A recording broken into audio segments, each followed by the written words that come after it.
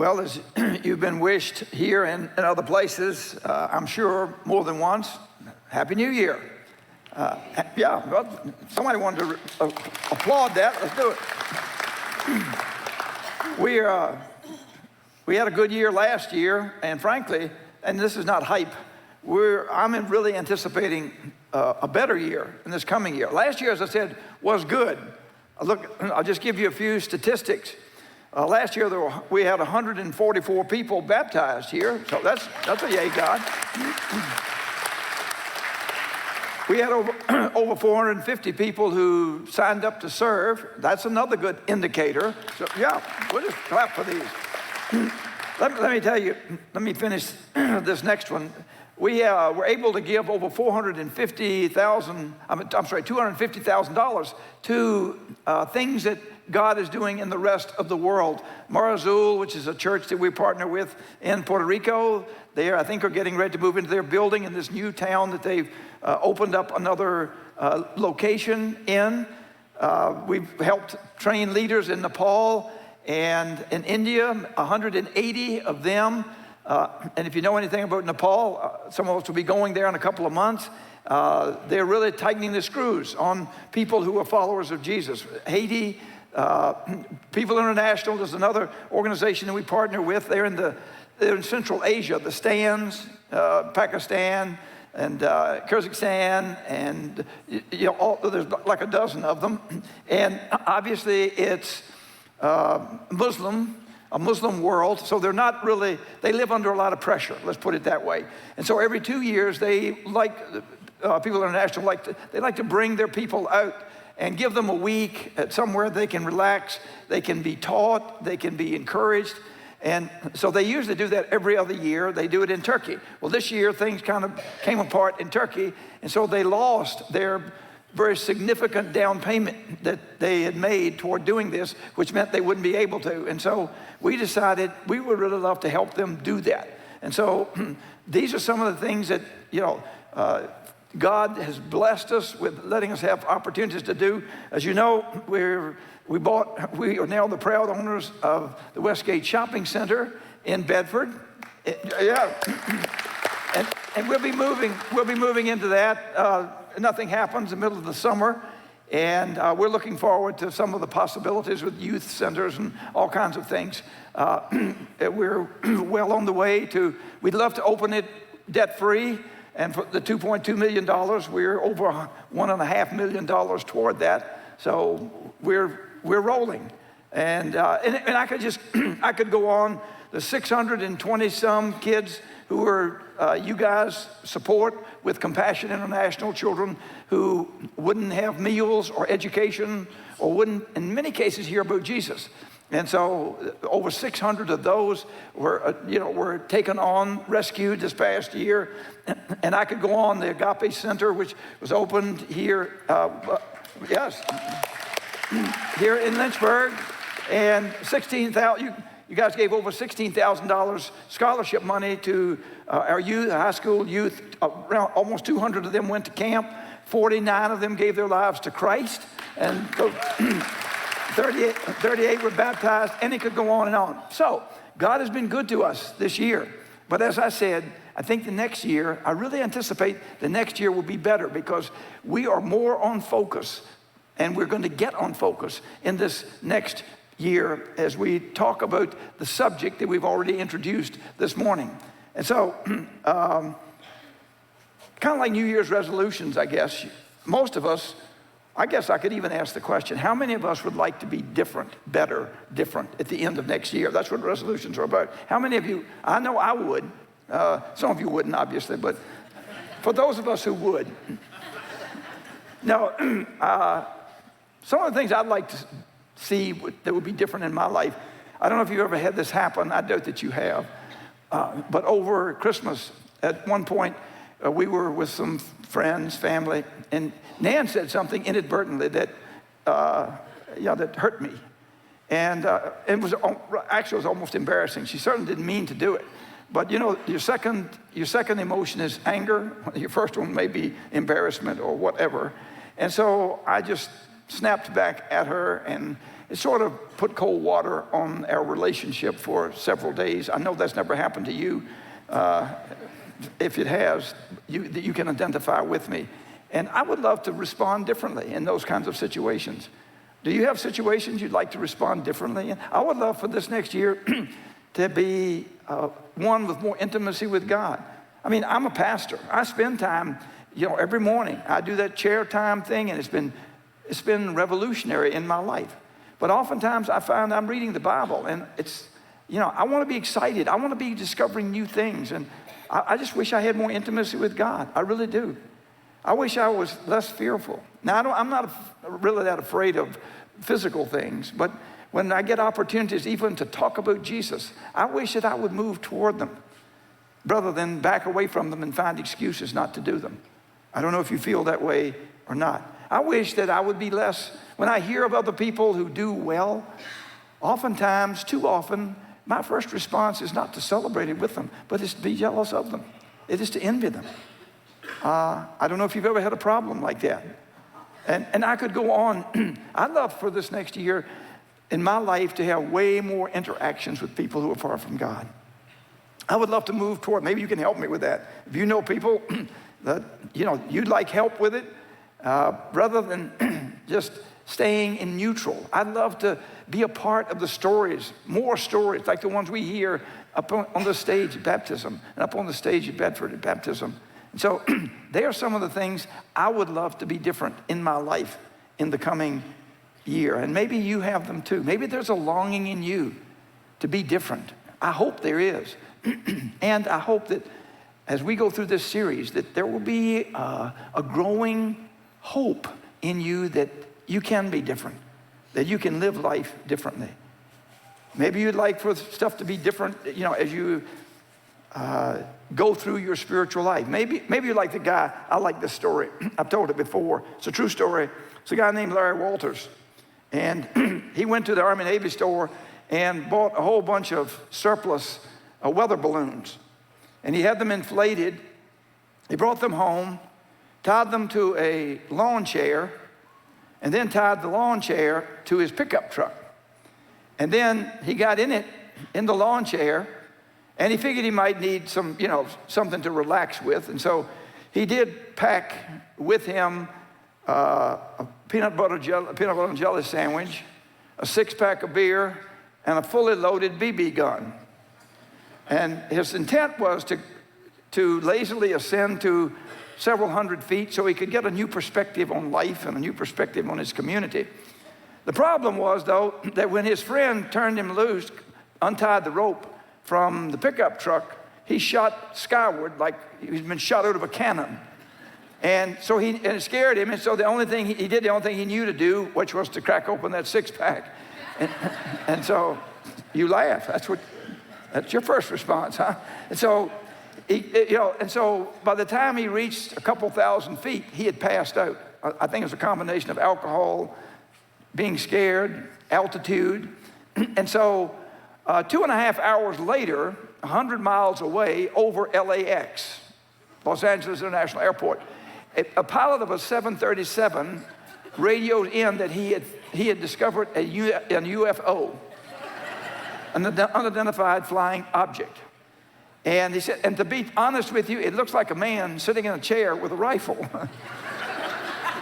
There was unconscious.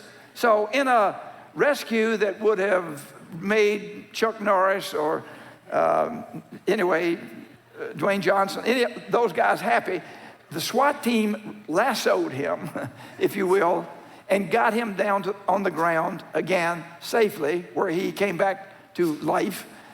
He became conscious once again. And so the local authorities gave him a $4,000 fine for the obstruction of airport traffic.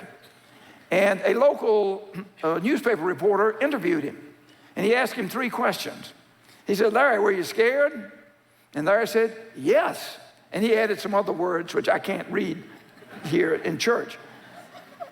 Larry, would you do it again? He said, no. So at least he's a quick learner. And Larry, why'd you do it? And Larry said, I just got tired of always sitting around. Are you tired of just sitting around in your spiritual life? I don't know that I could say I'm sitting around, but I'd like for it to be different at the end of this next year. How can that happen? Well, that can happen with this word that you've just seen up on the board, this word that we're going to be talking about for the next not just few weeks. We're going to be unpacking it.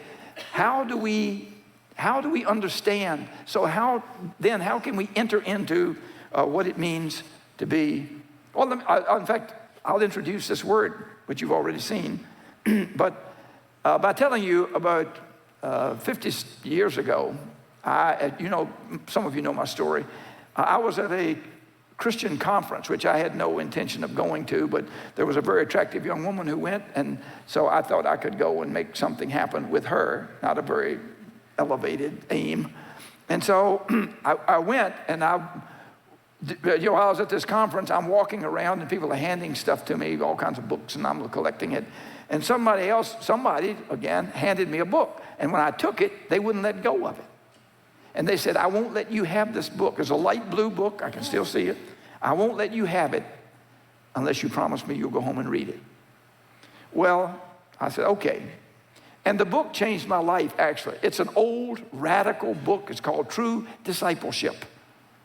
And I've had other people read it over the years, and it really has been formative in my life. And so I'm excited, I really am, that we get to talk about this idea, this word, discipleship.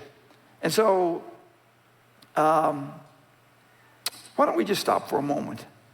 And because this is a huge idea, and it's going to be huge in the life of our church, it's going to be huge in your life.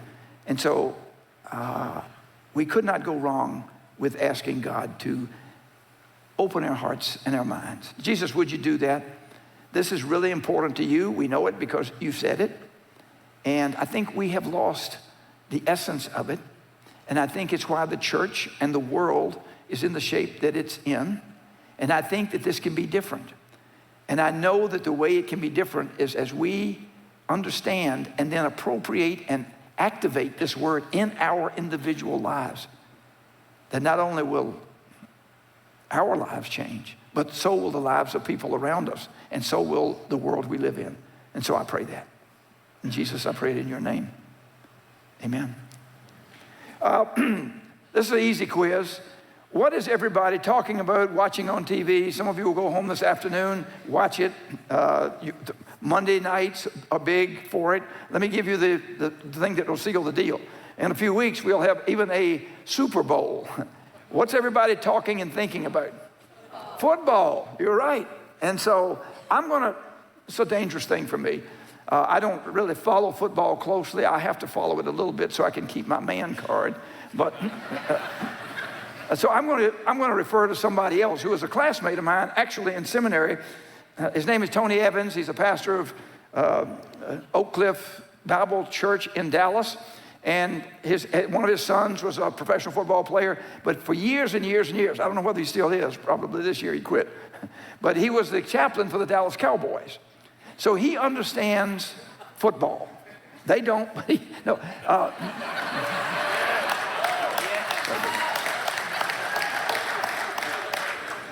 If that made you mad, just send me an email to Jay Wilkinson at Blue Ridge. Okay.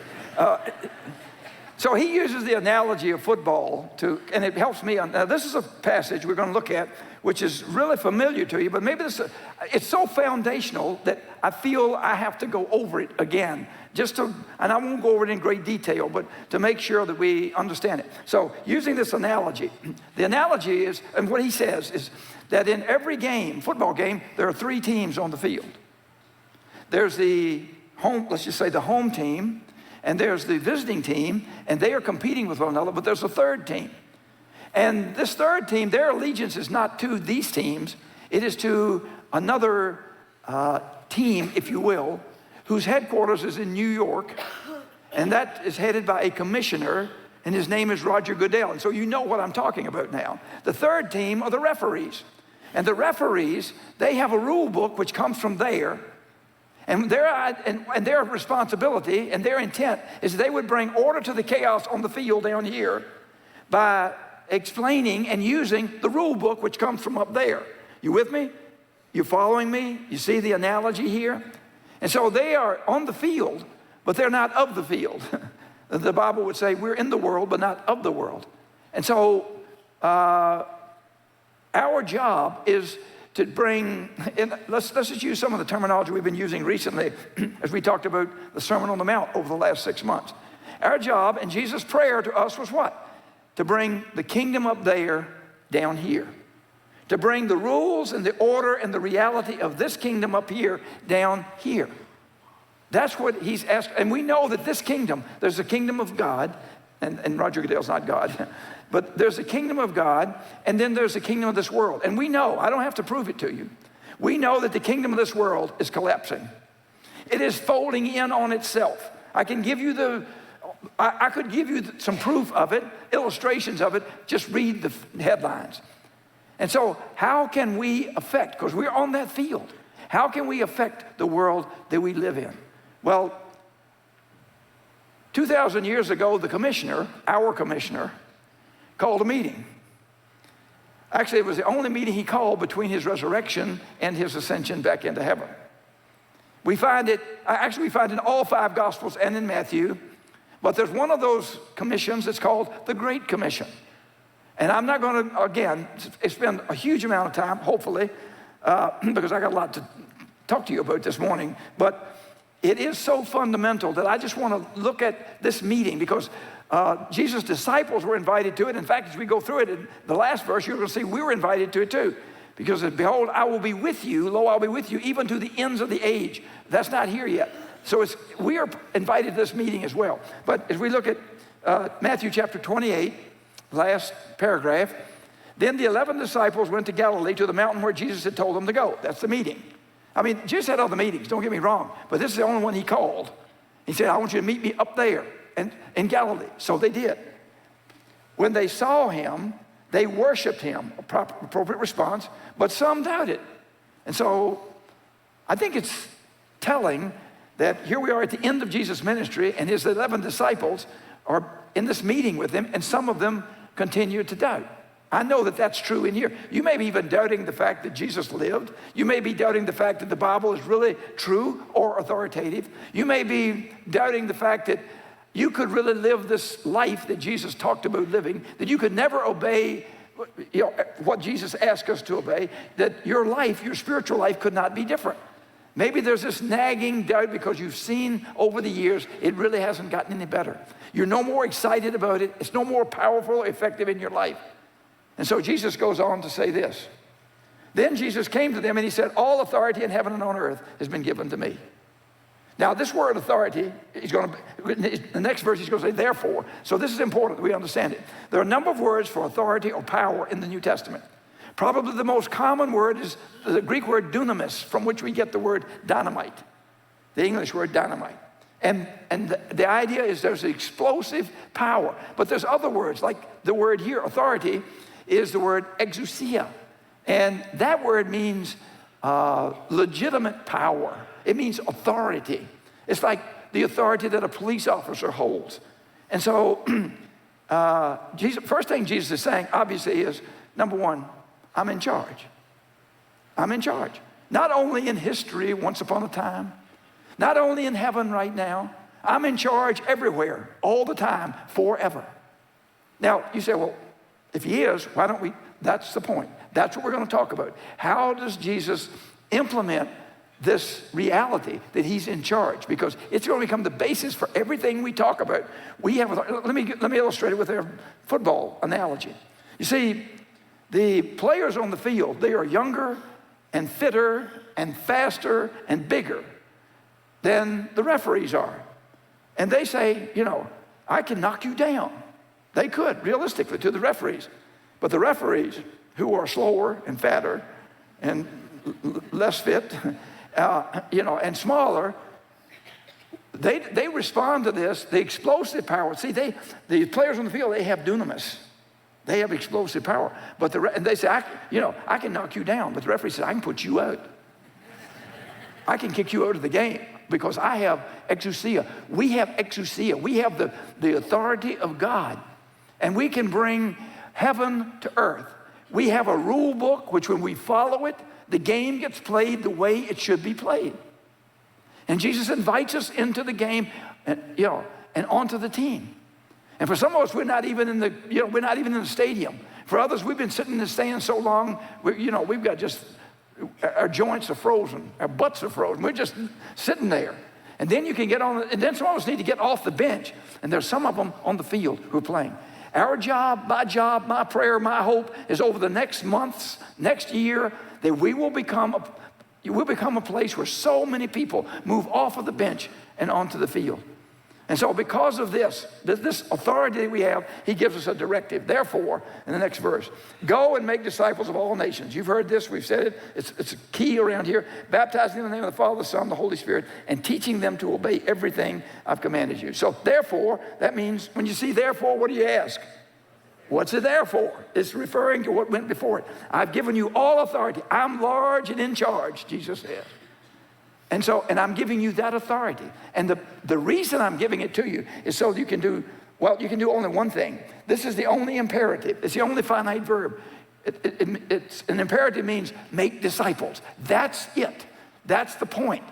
Now, the way we do it, there are 3 verbal adjectives here, participles. That's what a participle is. Go, baptize, and usually people translate participles with ing, going, baptizing, and teaching. That's what we're supposed to do. That's how we make this all happen. Now, I just want to talk for just a moment. Well, first thing, let me just make sure, we're going to start the process now of defining what this word disciple means. It does not mean make decisions. In American Christianity, we have often morphed it into, if we can just get people to pray a prayer and make a decision. How they live, that's kind of up to them, but at least they got their ticket punched, they'll go to heaven. I'm sorry. That's not what he's saying to go make. He doesn't say go to make decisions. He doesn't say go make Christians. You've heard me say it around here. The word Christians only used 3 times in the New Testament. Jesus never uses it, never tells us to make Christians, never tells us how to make Christians. He says, but 269 times, he says make disciples. And so we need to understand what is a disciple. And so what does it mean? And it's not a uniquely Christian word, actually. It's not something we normally use in the world we live in, but in the world, mathetes is the word. It means learner. It means a student. But a student there is not like I went through school and maybe you went through school. We say we learned something when we went to class. We say we learned something when we took some notes. That's not learning. You'll know it and I know it. If you can't go to the class and do something with whatever it is you heard, you didn't learn it, right? You agree with me? Same thing is true for following Jesus. And so they knew that when they heard the word disciple, and it's not uniquely Christian, as I said, Plato had disciples, and John the Baptist had disciples, and the Pharisees had disciples, and it was the person who attached himself, in this case himself, now herself, to a master. And they became like that master, and they knew what that master wanted and how that master was run. Let me give you an example, because I don't understand the way we do it now, so I'll tell you how it worked in the old days. How many of you ever heard of a cassette tape? Anybody? Okay, some of you have. Okay, how many heard CD? You heard? Okay, good. Well, I got some of you on board. When I used, early on in the history of this church, when I used to speak, then they would have a cassette tape, which would be the master tape. You with me? And then they would take this master tape so that then they would copy it. There was a duplicator, and there'd be 8 other tapes. And they'd have the master, and it would make 8 copies, or maybe 16 copies, and then you could send those copies all over the world. And some of them we did. We have missionaries who lived in other countries and that sort of thing. And so what Jesus is in the process of doing, see, the master tape the copy is not the master. But you listen to the copy, you know what the master is. You with me?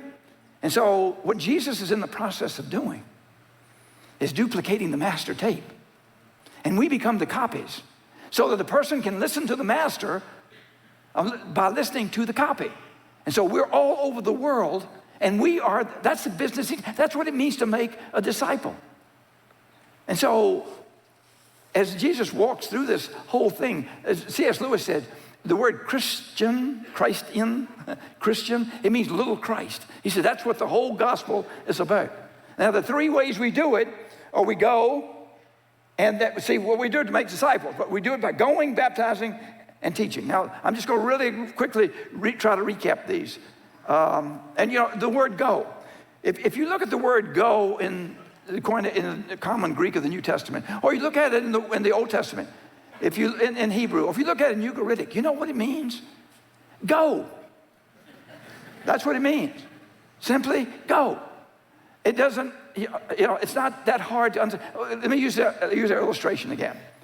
One of the things that happens in football games, even I know this, is that they, you know, periodically, regularly, they huddle. Now, 80,000 people or however many in the stands, they didn't pay good money to come and watch a bunch of grown men stand in a circle with their butts sticking out and saying something they don't even know what to say. That's not that much fun. That doesn't even win games, does it? It's important. But what they want, what they came to see, is what happens after they get out of the huddle. And they do what they heard in the huddle. What we're doing today is we're huddling. But if this is all we do, we're wasting time. And we will never win the game because we're just huddling. And so he says, the first thing we've got to do is to go. And the second thing he talks about is to baptize. What is, you know, we've talked about that. It's a word, it's a Greek word, baptizo. It's the same word. And so the way you figure what a word means best is to find it in its secular usage, not its religious usage. And for example, this word was often used of dye makers. That is, a woman, let's say, she wanted to make a wedding dress for her daughter. And so she would go she would buy the material. And then she would take she wants to make it a pink dress or whatever color. Then she would take that material to the dye maker and he would baptize it. He would baptizo. He would put it in there and it would come out different. It would come out a different color. You get it? When we are baptized into Christ, we have a different identity. We can be made into something beautiful. We're different than we were before we went in there. That's what it means to be baptized. And that's what we want. That's why it's not just counting numbers. But that is an indicator of how we're doing with this whole discipleship making process. And it doesn't stop there. We're going, we're baptizing, and we're teaching. Teaching what? Well, we're not just teaching them the rule book. We're teaching them to obey. Obey everything I have commanded you. Not just a little bit, not just intellectually, but teaching them to obey everything. See, obedience, the process breaks down and stops right here in a person's life, in a church, wherever. When we're just picking and choosing or not even obeying at all. When we're saying, I'm going to write the rule book any way I want. If I come to a rule I don't like, I'm going to change it. And so we're teaching them to obey. And for some of you, hopefully, the light bulb comes on. Now, I'm going to tell you, because some of you are saying, no way, that's impossible. I'm going to tell you how that happens here in just a few moments. But the fact is, unless we obey, we will never experience the power, the authority of Jesus. We will never experience becoming a disciple or making disciples. In fact, let me give you a phrase here. And the phrase basically is information without application keeps us or prevents transformation. You with me? If you just get new information or old information and you don't apply it, nothing happens. And so this is the process, and it's an important and critical process that Jesus outlines for us in this Great Commission. He finishes up by saying in verse 20, and surely, lo, if you learn the King James, lo, I am, actually the words, look, I am with you. I love this, ego eimi, it's a Greek phrase, I am. Basically, it's just a New Testament version of the Old Testament name for God. You remember when God said, go to Pharaoh, and Moses said, what? Who am I going to tell him sent me? And God said, tell him I am sent you. Well, that didn't help me any. What does it mean, I am? It means I exist. That I am self-defining and self-existent. That I don't depend on anybody else or anything else. That I am present. And that's what Jesus is saying. In fact, I am. That's God's name. The innuendo here is I am. But it's not just I am. It's with you. The last time a couple weeks ago, we were together. At least I talked about this. Emmanuel. It's just a Hebrew term. Any word in the Hebrew that ends with L, that's the word for God. That's a name for God. Like Daniel or Ezekiel or any of those names. And Emmanuel is the word, Emanu is just with us. God with us. Jesus says, I am with you. That's what we celebrated Christmas. But he didn't just come, died, went back to heaven. I am with you in the person of the Holy Spirit. So in order for us to do this, it's going to take Jesus being with us. And he is with us. And I will be with you to the end of the age. And this is not talking about, I'll be with you when you're sad. He will be. I'll be with you when you're suffering. I'll be with you. No, I will be with you when you are making disciples. In other words, one of the reasons that we don't experience the power, the authority of God, that we don't experience intimacy with God, I will be with you, because this specific application here is to us as we make disciples, as a church, as individuals. This is the key that turns the lock, which unleashes the power and presence of God in our lives. That's why it's so important. We're going to call this the year of discipleship. And we're going to get this thing down no matter what, because it's so central and so important. Now, I want to just take a couple, the next few minutes, the last few minutes I have, and drill even deeper on this idea of what is a disciple. And Jesus gives us, fortunately, I think I'll move this. He gives us, I don't know where it's not going to be in the way. He gives us, and let me put that with this.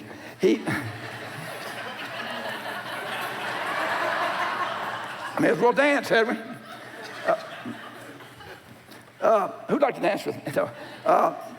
Let me read you, in fact, let me read you the verse. It's the first thing he says to the first disciples, and he gives us a functional definition. It's in Mark chapter 1, verse 17. And Jesus said to them, follow me, I will make you become fishers of men. This is his first statement, and it has three elements in it. You can see what the three elements are. In fact, let me just run through them really quickly. A disciple is someone who is what? Following Jesus. A disciple is someone who is being made like Jesus. A disciple is someone who is on mission with Jesus, become fishers of men. These are the three elements. And we can just, let me just see if I can draw some circles here. And that's kind of lopsided, but anyway, you get the point. And so these are the three elements in here. Following Jesus, being made like Jesus. And so let's just call this one, not surprisingly, follow. Let's call this made. And let's call this one mission. You with me? Why don't you say that with me? Follow. It's not hard words. Made and mission. Do it again. Follow, made, and mission. Now, I want to tell you some things about these three circles. Number one, they're all important. What I mean by that is, there's some people, they've never even decided to follow Jesus. They're just, maybe you're here checking it out. I'm really glad that you are. But just to be sitting in church, as somebody said, sitting in church will no more make you a Christian than sitting in a garage will make you an automobile. It won't make you into a Christian. That's not what Jesus is about. And so the first thing is you decide to do as you follow. The second thing you decide, or that you enter into, is that you are made. Now, this is important because this is passive, that we will be made like Jesus. I will make you. See, you follow, active, but then passive voice, and you will be made like Jesus, and then you will be sent on mission. Now, the other thing is, all of these they're not really sequential. That is, people can't just follow and say, well, that's just where I am, I'm a follower. No, these three interact. In fact, what we're doing here is, this is the key. See this little place right here where all three of them overlap? That's the life of Jesus. That's what he's giving us. I came that you might have life. He said, I'm giving you my life. Now, the deal is, before I go to the next one, the deal is you need all three of them, and this is the secret. You say, well, I don't know if I can do it. The good thing is God is in the process. He is the one who's doing the making. As Romans 12 says, be transformed. You know that word metamorphosis? It's when the caterpillar turns into a butterfly. That maybe you've been crawling all of your life here on the ground. And this is the way that God does this. It's a miracle. God does it. That's the very word that's used there. And that God changes us from the caterpillar on the earth to a butterfly who sees the world differently and who is far more beautiful and far more graceful. That's the metamorpheo. That's the metamorphosis that he's after. That's this word. That's what he's doing. We'll be made. And then we join him on his mission. All of them are different. Now, where they, as I said, where they intersect is the life of Jesus. Now, here's what we want is, and this is the Christian life, maturity, whatever, is, you notice what's bigger here? This is bigger. What is this? It is the life of Jesus. It is our life. The life of Jesus gets bigger and bigger in us. Now, how does that happen? Well, that's what we're going to be talking about over the next few weeks. But because basically here, this is what we want, the life of Jesus to be bigger and bigger and bigger in us. And so what we're looking at is the world, the kingdom of this world, it exerts centrifugal. You're with me on that? You remember? Centrifugal force. That is, naturally, it spins outward and it forces these apart. So that gets smaller and smaller. What is this? It's the life of Jesus in us, expressed in us and experienced in us. And so the world pulls us out. But then the kingdom of God, it's not centrifugal. Have you ever heard the word centripetal? Centripetal means the energy and the force is inward. It's pushing inward. And what we're going to do is help you understand that what it takes over the next few weeks and months, what it takes to move these. In fact, the next 3 weeks, next week will be follow, the next week will be made, the next week will be mission. And we'll be expanding on this because the point is to make the life of Jesus bigger and bigger in us so that we can become bigger and bigger, a bigger and bigger influence in the world. And so this is the process that we're going to be exploring and again, telling you how we can make these, because you cannot really have one without the other. You cannot do it on your own. It is being made, like Jesus. And that's something that God is doing, wants to do, offers to do. What do we do to make that happen? Well, we're going to be talking about some of that as we go through, as I said, go through the next couple of weeks, several weeks, as a matter of fact. And this is how, in Romans 8, we are conformed to the image of Christ. We get to look more and more like Jesus. That is why Jesus came. That is why he came into this world. So what do we do? What do we do? Well, it starts with a decision.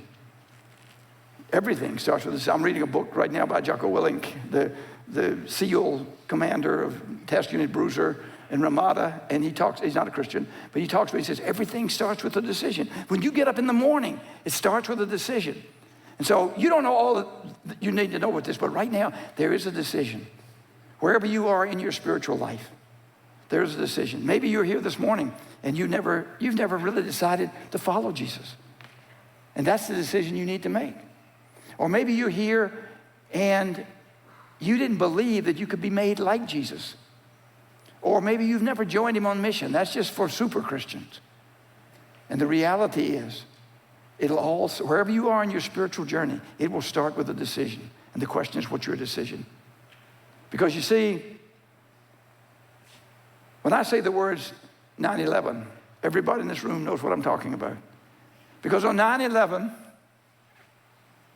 19 men from halfway around the world changed this country forever. I have a special aggravation with them because I have to take my shoes off every time I get on an airplane. But it really changed a lot more than just taking your shoes off. It caused us to think differently about our place in the world. It attacked our sense of security. It changed this country because 19 men who believed in a false God acted on their belief, and this country was changed. And if 19 men who believed in a false God, see, they didn't just believe it theoretically, they didn't just know the rule book, they acted on it. They really believed it.